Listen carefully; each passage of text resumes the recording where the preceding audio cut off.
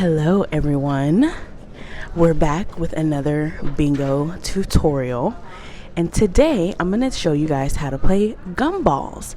So Gumballs is a strip game. I like to tape mine together in groups of 3 or groups of 4, and I stack them up and I tape them together. This is how they look by themselves. This is a gumball strip. Gumballs is an either or strip for some of the numbers. Some of the numbers, you just need the numbers at the top, but some of them are either or. I don't know if you can see that tiny little bitty word or right there. So it says 9 or 10, 13 or 14 or 15. So if they call 9, you're going to mark 9 and 10 because that one's done. Or you can mark right here in the middle and you know that that row is done.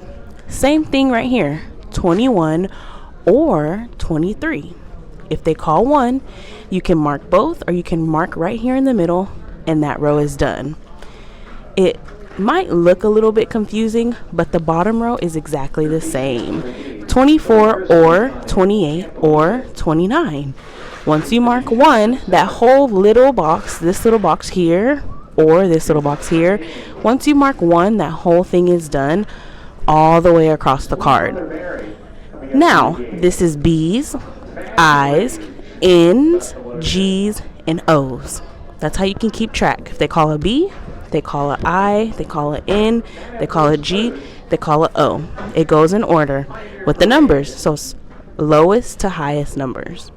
And then once you get a blackout on the whole card, all 5 faces, remember these large squares, these rectangles are faces. 1 face, 2 face, 3 face, 4 face, 5 faces. Once you get a blackout on all 5 faces, you're done. And that is how you play Gumballs.